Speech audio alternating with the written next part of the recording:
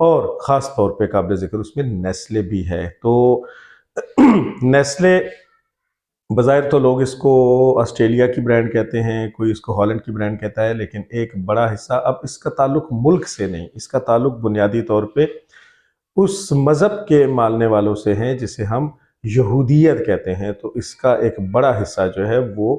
چلا جاتا ہے اس ملک کو۔ تو خاص طور پہ وہ لوگ کہ جنہوں نے دنیا بھر میں اسرائیل سے ریلیٹڈ یا ان کو سپورٹ کیے جانے والی مصنوعات کا بائیکاٹ شروع کیا ہے، ان میں نیسلے بھی شامل ہے۔ عمران خان صاحب نے جی ریاست مدینہ کا نعرہ لگایا تھا، اور جب انہیں اسرائیلی یا یہودی ایجنٹ کہا جاتا تھا تو ان کے اسی طرح کے جو کن ٹٹے قسم کے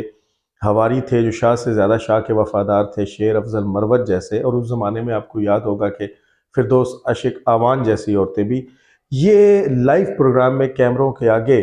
خان صاحب کے خلاف کوئی بات سننے کے فوراً بعد اٹھ کے اگلے بندے کے اوپر چڑھائی کر دیتے تھے۔ فردوس عاشق آوان کو تو مخالف بندے کی جانب سے اس لیے کچھ نہیں کہا گیا تھا کہ وہاں پہ عورت کارڈ استعمال کیا گیا تھا، کہ اگر انہوں نے ایک مرد پہ ہاتھ اٹھایا تھا تو اس مرد نے اپنی مردانگی کا ثبوت دیتے ہوئے جواباً عورت سمجھتے ہوئے اس پہ ہاتھ نہیں اٹھایا تھا۔ لیکن شیر افضل مروت نے جب افنان اللہ پہ حملہ کیا تو الٹا یہ شخص اپنا ہی منہ تڑوا بیٹھا تھا۔ مجھے حیرانی اس بات پہ ہے کہ یہ جو وکلاء سارا دن وہاں منڈلاتے رہتے ہیں اور وہاں پھرتے رہتے ہیں اور ملکی اور غیر ملکی حالات سے انہیں باخبر کیے رکھتے ہیں، وہ خان صاحب کو یہ کیوں نہیں بتاتے کہ خان صاحب کے سسرالیوں یعنی اسرائیل کے یہودیوں نے فلسطین کے اندر کس طرح کا ظلم و بربریت کا بازار گرم کر رکھا ہے، اور وہاں پہ جو جنگ ہے وہ کتنی شدت اختیار کر چکی ہے۔ تو کم از کم خان صاحب کو بھی احتجاجاً یا علامتی طور پہ، اب ایک باٹل پانی سے کوئی فرق تو نہیں پڑے گا، لیکن علامتی طور پہ ہی خان صاحب کو اسرائیلی مصنوعات کا بائیکاٹ کرنا چاہیے، کیونکہ خان صاحب تو ہم سے بہتر یہ جانتے ہیں کہ کون کون سی وہ پروڈکٹس ہیں جن کا پیسہ جو ہے وہ ان کے سابقہ سسرالی مذہب کے اندر جاتا ہے، جن میں آج بھی ان کے تینوں بچے جو ہیں وہ پروان چڑھ رہے ہیں اسی خاتون کے ساتھ۔ تو اس ویڈیو میں آپ نے دیکھا کہ 1 لیٹر کی پانی کی بوٹل ہے منرل واٹر کی نیسلے کی، جس کو شیر افضل مروت جو ہے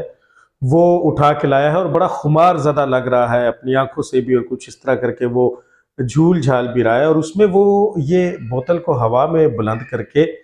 یہ بات کر رہا ہے کہ جناب یہ وہ بوتل ہے کہ ابھی جب میں عمران خان سے ملنے اڈیالہ جیل گیا تھا تو عمران خان نے اس بوتل کے اندر سے پانی پیا تھا۔ تو اب جو پانی اس بوتل کے اندر موجود ہے یہ خان صاحب کا جھوٹا پانی ہے، بچا ہوا پانی ہے، منہ لگا ہوا پانی ہے۔ تو بتائیں کہ مجھ سے یہ پانی کون لے گا؟ اور اس پہ پھر آپ دیکھتے ہیں، اور یہ چشم فلک پاکستان کی سیاسی تاریخ میں شاید ایسا منظر جو ہے وہ پہلی مرتبہ دیکھ رہی ہے کہ پھر لوگ اس کے اوپر جھپٹتے ہیں۔ پھر آڈیو آپ نے سنی ہے، میں اپنی طرف سے کچھ نہیں کہہ رہا، کچھ لوگ یہ مشورہ دیتے ہیں کہ جناب پانی کا ایک ٹینکر منگوایا جائے اور عمران احمد خان نیازی کے جھوٹے پانی کی اس بوتل کو اس ٹینکر میں ڈال دیتے ہیں اور پھر سب کو یہ تبرکم پلاتے ہیں۔ اور ایک منچلے نے تو اس میں یہ بھی کہا ہے کہ کیوں نہ اس پوری بوتل کو، جس میں خان صاحب کے منہ کو لگا ہوا پانی ہے، خان صاحب کے منہ کو لگے ہوئے اس پانی کو اسلام آباد کے پانی میں شامل کر دیا جائے، تاکہ پنڈی اور اسلام آباد کے رہنے والے تمام لوگ اس متبرک پانی سے مستفید ہو سکے۔ ویسے خان صاحب کے منہ کو بہت سی چیزیں لگی ہوئی ہیں، اگر ان کی ڈیٹیل میں ہم جائیں گے تو پھر پوری جو قوم ہے وہ نہ جانے کن راستوں پہ چل پڑے گی۔ اچھا، اب اسی پر بس نہیں ہے، اس کے بعد اسی شخص نے، اس شیر افضل مروت نے جوتے چاٹنے کی انتہا کرتے ہوئے اور قدموں میں دم ہلا کے لوٹنے کی انتہا اس طرح سے کی کہ پھر رات کو اس نے ایک ویلاگ کیا یا کسی انٹرویو میں بیٹھا تھا، وہ ویڈیو بہرحال موجود ہے۔ اور آپ کو یاد ہوگا کہ پی ٹی آئی نے، چونکہ پی ٹی آئی تو لاشیں بھی بیچتی ہے، پی ٹی آئی زخمیوں کو بھی بیچتی ہے، پی ٹی آئی تو اپنے اوپر کیے جانے والی ڈرامائی گولیوں کو بھی بیچتی ہے، مارے جانے والی گولیوں کو بھی بیچتی ہے۔ تو انہوں نے، آپ کو یاد ہوگا، ذلِ شاہ کی موت کو بھی کیش کیا، ارشد شریف کی موت کو بھی کیش کیا، عمران ریاض خان کے اغوا ہونے اور اس کے بعد واپس آ کے اس کی موجودہ حالت کو بھی کیش کیا۔ تو انہوں نے لاہور کے ایک پی ٹی آئی کے رہنما عباد فاروق، جو کہ پی ٹی آئی چھوڑ چکا ہے، اس کے بیٹے کی ایک جو ناگہانی وفات ہوئی تھی اس کو بھی کیش کیا۔ اب اس گڑے مردے کو شیر افضل مروت نے ایسے اکھاڑا کہ اس نے اس ویڈیو میں اب یہ کہا ہے کہ یہ جو بچے ہوئے پانی کی بوتل ہے یہ میں عباد فاروق کے بڑے بیٹے کو دوں گا. یعنی وہ جو لڑکا بیچارہ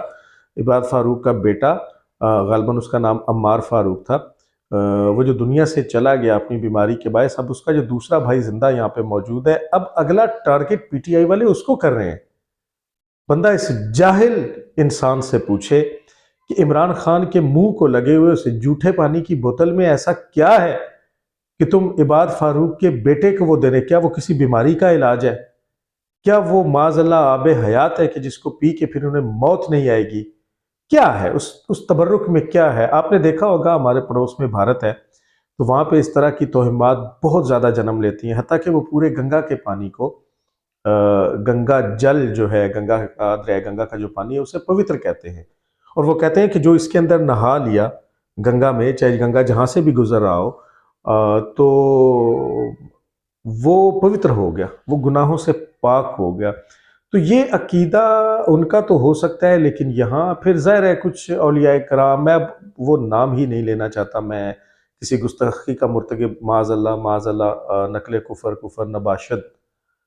نہیں ہو سکتا، لیکن آپ یقیناً اس معاملے کی نزاکت کو سمجھ رہے ہیں کہ قوم کو برباد کرنے کے بعد بدتمیزی، گالم گلوچ، لڑائی جھگڑے، ناچ گانے، اس طرح کا کلچر ڈیولپ کرنے کے بعد اب جو پیچھے کسر رہ گئی تھی وہ یہ کسر رہ گئی تھی. اور میں سمجھتا ہوں کہ شاید اس حرکت کے اندر عمران خان کا اپنا کوئی قصور نہیں ہے، کیونکہ عمران خان تو اڈیالہ جیل کے اندر موجود ہیں اور ان کو تو شاید اس بات کا پتہ بھی نہیں ہوگا کہ وہ جو ان کے استعمال شدہ بچے ہوئے پانی کی بوتل اٹھائی ہے اس کو شیر افضل مروت نے کیش کتنا کروایا ہے، ویڈیو کے ذریعے اپنے ویوز لینے کے لیے، اپنے ڈالرز بنانے کے لیے، یا خان کے جوتے چاٹ کے کل کو وہ خواب دیکھتے ہوئے کہ خان شاید دوبارہ گورنمنٹ میں آئیں گے تو یہ ان سے کسی قسم کی کوئی قانون کی وزارت وغیرہ وغیرہ حاصل کرنے میں کامیاب ہو جائے گا اور ایک وزیر بن جائے گا، کیونکہ پہلے یہ مختلف اداروں کا سربراہ اور ایک جج بھی رہ چکا ہے اور اپنی کرپشن کی اس کی داستانیں بھی زبان زد عام تھیں، بدتمیزی بھی آپ کو اس کی پتہ ہے. یعنی وہ جو آج کل ایک محاورہ بن گیا ہے کہ پروگرام تو وڑ گیا. تو یہ جو ایک کلچر ہے، یہ جو ایک لینگویج ہے، یہ جو انفوٹینمنٹ پی ٹی آئی کی جانب سے خاص طور پہ شروع ہوئی ہے، اس کے یہ سرخیل ہے. آپ ذرا فیاض الحسن چوہان کی زبان کو ذہن میں رکھیے، آپ فردوس عاشق اعوان کے الفاظ کو ذہن میں رکھیے، اور آپ سب سے بڑھ کے وہ بگوڑا اشتہاری، وہ بن باپ کا بچہ کہ جس کے باپ کا خود اسے بھی نہیں معلوم، شہباز گل. اب شہباز گل کی زبان کو، شہباز گل کے الفاظ کو اور شہباز گل کے انداز کو ذرا ذہن میں رکھیے، اور آپ پھر اب اس کی انتہا شیر افضل مروت کے اوپر آ کے کریں کہ کیا آپ نئی نسل کو، وہ نسل کہ جس کو آپ نے آلریڈی تقریباً 20 سے 25-30 سال کے لیے خراب کر دیا ہے، اور ان کے دماغوں میں سے اس خناس کو نکالتے جنریشن سے کھیلا ہے نا آپ نے، کہ چونکہ یہ تو ایک فین کلب تھا پی ٹی آئی، اس کو آپ نے 2 جرنیلوں کی مدد سے، فیض اور باجوہ کی مدد سے، ان کی آشیرواد سے اس پروجیکٹ کو انتہا تک پہنچایا، اور پھر اس کے بعد جو حشر ہوا، ڈیلیور آپ نے کچھ نہیں کیا، نہ ڈیلیور کچھ نہیں کیا. اور دوسری بات یہ کہ آپ نے ایک خاص قسم کا کلچر بھی ڈیولپ کر دیا، لیکن آپ اسی پہ بس نہیں کر رہے. عمران خان کو تو وہاں جیل میں بیٹھے ہوئے اس بات کا اندازہ نہیں ہے کہ باہر عمران خان کے جھوٹے پانی کو تبرک، مطلب آپ دیکھیں نا، مجھے اس بات کا جواب دیں کہ کون سا پانی، میں دوبارہ میں یہ عرض کر رہا ہوں کہ میں یہ بات نہیں کرنا چاہتا، وہ کون سا پانی ہوتا ہے کہ جسے کسی بھی پانی میں ملائیں تو اس کی تاثیر ایک جیسی ہوتی ہے. تو آپ عمران خان کے جھوٹے پانی کو، عمران خان کے منہ لگے، عمران خان کے بارے میں تو مبینہ طور پہ یہ بات بھی کی جاتی ہے کہ چونکہ وہ تو نشے کے عادی ہیں، کوکین بڑی بھاری مقدار میں لیتے ہیں اور رات کو اس کو لیے بغیر نہیں سوتے. تو جب عمران خان کو جیل کی گئی تھی تو اس وقت یہ معاملہ بھی سر اٹھا چکا تھا کہ یار ایک آدمی جو نشے کا عادی ہو، اگر فوری طور پہ اس سے نشہ واپس لے لیا جائے تو وہ تو قریب المرگ ہو جاتا ہے. تو یہ نہ ہو کہ خان کی جیل کی گرفتاری نشہ نہ ملنے کی وجہ سے لوگوں کے گلے پڑ جائے اور پھر ایک نیا پروپیگنڈا شروع ہو جائے کہ خان کو مار دیا گیا. تو اس کے لیے زندہ رکھنے کے لیے خان کو ایک تھوڑی سی مقدار مبینہ طور پہ رپورٹڈلی آج بھی نشے کی وہاں جیل کے اندر فراہم کی جاتی ہے، تو ہو سکتا ہے اسی کے فوراً بعد خان نے وہ اپنے نشیلے منہ کے ساتھ اس بوتل کو لگایا ہو جس کے پارٹیکلز اس پانی میں آ گئے ہوں، تو آپ شیر افضل مروت کی قیادت میں اس پانی کو ٹینکر میں ملانا چاہتے ہیں تاکہ سارے اس سے فیض یاب ہو جائیں، اور آپ اس پانی کو اسلام آباد اور پنڈی کی مین سپلائی لائن میں ڈالنا چاہتے ہیں تاکہ یہاں پہ بہت سے تہجد گزار ہوں گے، بہت سے اللہ کے ولی ہوں گے، بہت سے نیک لوگ ہوں گے، بہت سے سادات کے گھرانے سے آل رسول ہوں گے، بہت سے لوگ ہوں گے نا، بہت سے بخشے ہوئے ہوں گے، بہت سے اللہ کی نظر میں پیارے ہوں گے، بہت سے مساجد کے امام ہوں گے، مؤذن ہوں گے، خادمین ہوں گے، اولیاء ہوں گے، ایگزسٹ تو سارے کچھ کرتے ہیں نا جی یہاں۔ تو آپ اگر اس کو پنڈی اسلام آباد کے پانی میں ملائیں گے، اس پانی کو جو عمران خان کے منہ کو لگا ہے، تو آپ اس سے کون سا والا کلچر ڈیولپ کر رہے ہیں؟ اور یہ کسی لونڈے لپاڑے نے بات نہیں کی بقول منصور علی خان کے، یہ کسی 18-20 سال کے اس جذباتی بچے نے بات نہیں کی۔ شیر افضل مروت نے ماضی میں سرکاری اداروں کی سربراہی کر رکھی ہے، شیر افضل مروت ماضی میں عدالت کا جج رہ چکا ہے، اور شیر افضل مروت اس وقت بھی سپریم کورٹ کا وکیل ہے۔ تو اگر گلی کا کوئی بچہ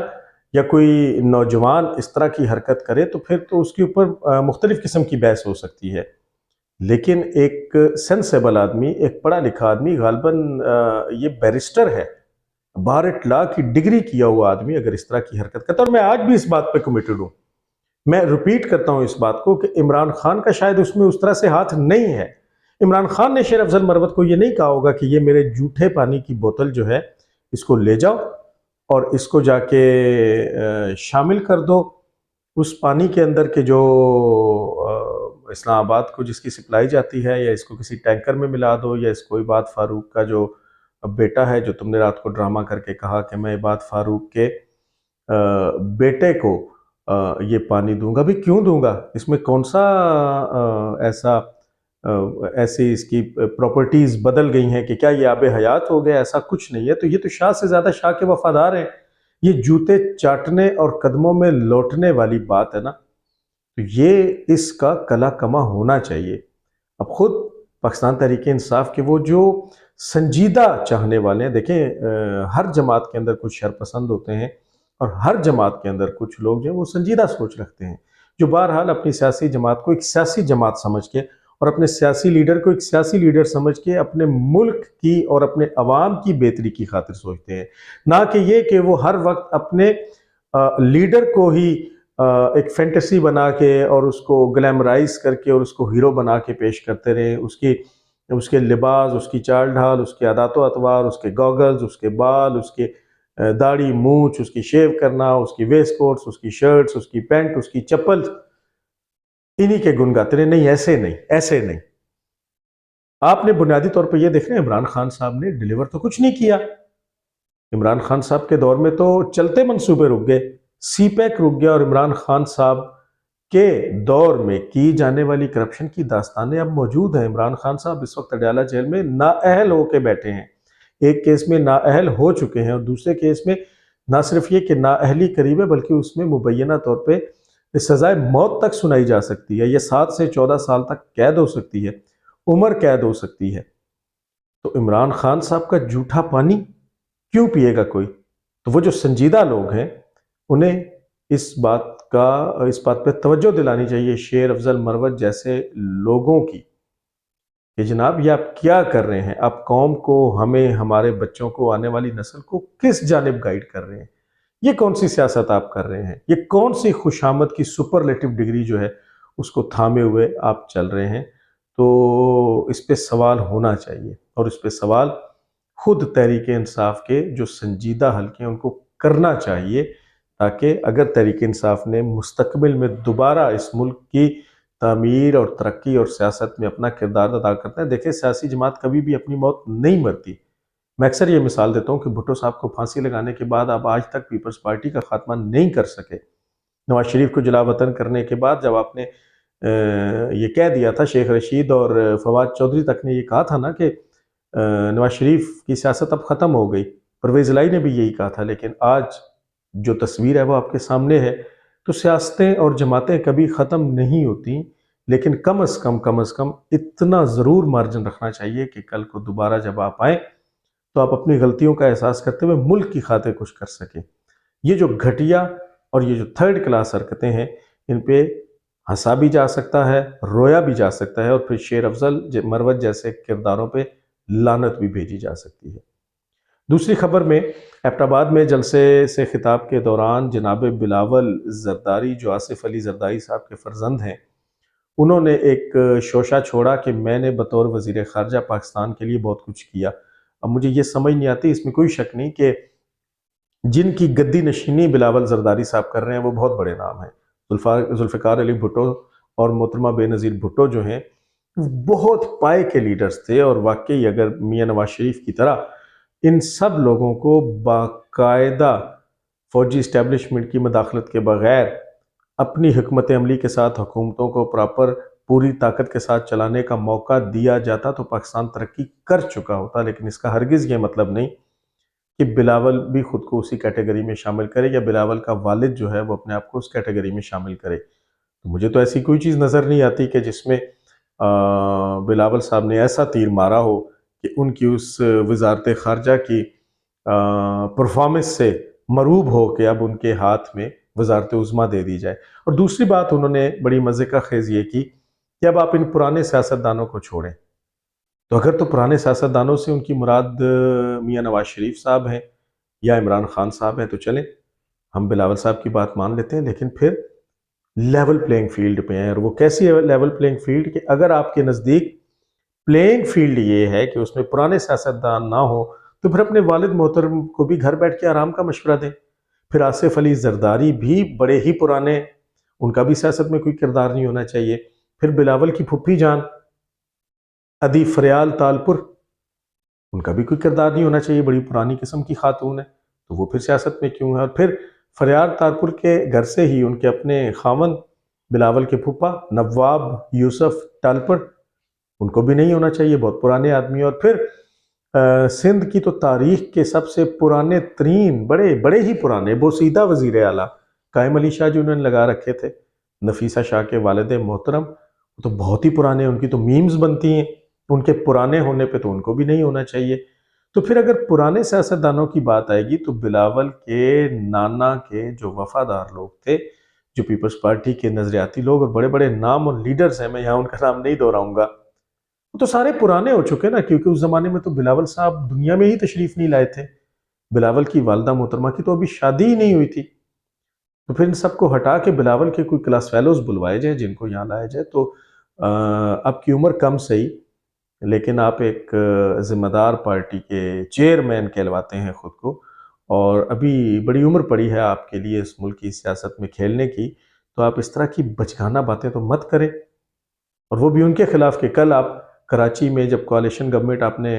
مرکز میں بنا رکھی تھی 16 مہینے کی، تو آپ شہباز شریف کے سامنے ہاتھ نچا کے کہے تھے کہ ہمیں بھی شہباز سپیڈ چاہیے کراچی میں، تو اس وقت تو آپ کو شہباز شریف کی سپیڈ بڑی اچھی لگ رہی تھی،